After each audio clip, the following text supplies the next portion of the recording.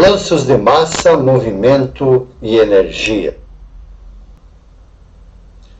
Inicialmente vamos apresentar para vocês a equação da conservação da massa. Dada a figura, observe que na figura temos uma placa plana, sobre ela incide um fluxo de calor, temos uma temperatura na parede, um fluxo de fluido que se desloca na direção da placa plana. Com isso, constitui uma temperatura ambiente e uma velocidade ambiente. Temos um elemento infinitesimal de área, ΔX, ΔY, um sistema de coordenadas x, y, onde dizemos que na direção x temos uma velocidade u e na direção y temos uma velocidade v. Ampliando o elemento de área, verificamos que temos nesse elemento de área a posição x e y, e a posição x mais ΔX e a posição y mais ΔY. Na entrada x, temos a vazão mássica na entrada x, que é a densidade específica vezes a velocidade u na direção x, vezes ΔY, que é a face perpendicular que está entrando a massa. Na posição y, temos a vazão mássica na entrada y, que se constitui na densidade específica vezes a velocidade v, que é a velocidade na direção y, vezes ΔX, que é a face perpendicular na entrada do fluxo de fluido. Na saída, nós temos duas saídas. Na saída na posição x mais ΔX e a saída na posição y mais ΔY. Na posição x mais ΔX, temos a vazão mássica na saída x mais ΔX, que se constitui na vazão mássica da entrada mais o acréscimo de vazão mássica na saída. Assim, também na posição x mais ΔY, temos a vazão mássica dessa posição, x mais ΔY, que é na saída, que se constitui na vazão mássica que entra, mais um acréscimo de vazão mássica na direção y. Veja a expressão que nos dá o balanço da conservação da massa, que diz que é a variação da massa com o tempo é o somatório das vazões mássicas na entrada menos o somatório das vazões mássicas na saída.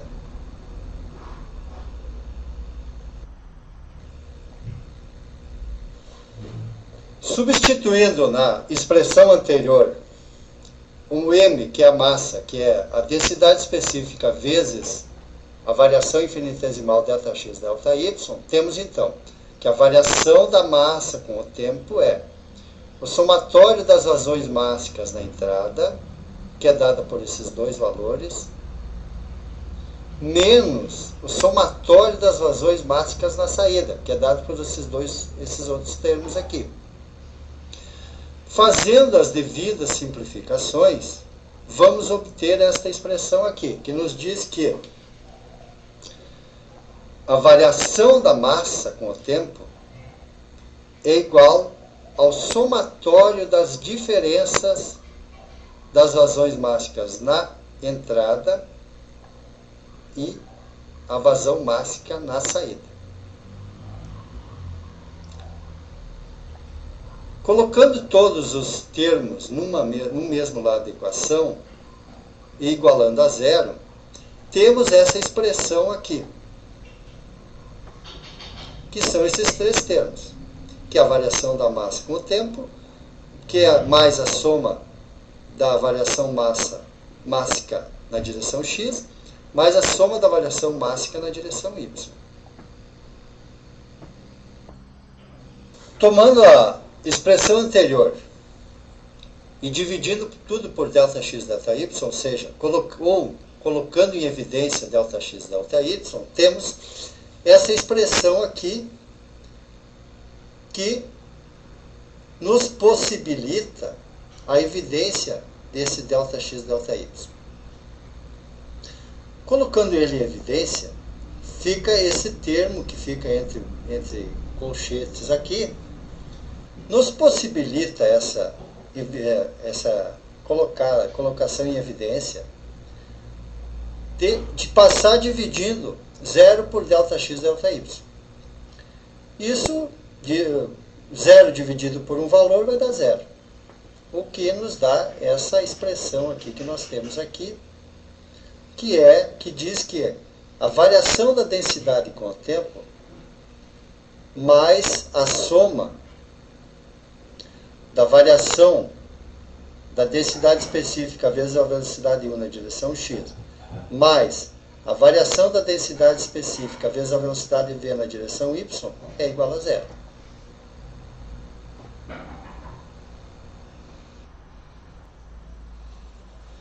Considerando a massa específica constante, temos que a derivada daquele primeiro termo que dizia que era a derivada de densidade específica com o tempo é 0, pois nós estamos considerando a massa específica 0. E aí sobra essa expressão, que é a variação da massa na direção x e a variação da massa na direção y.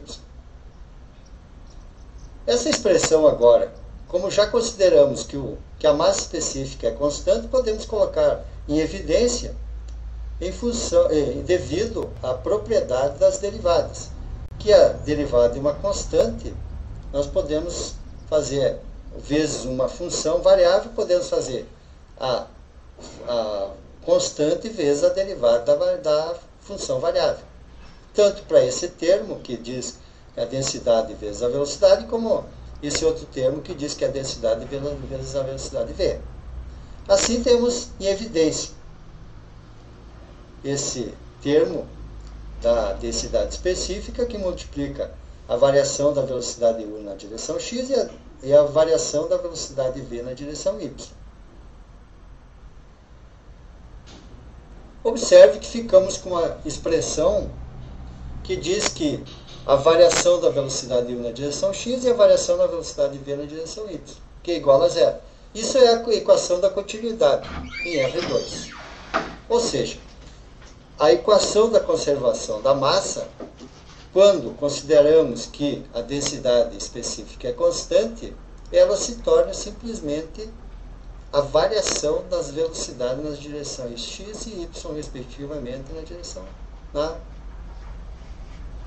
em R2.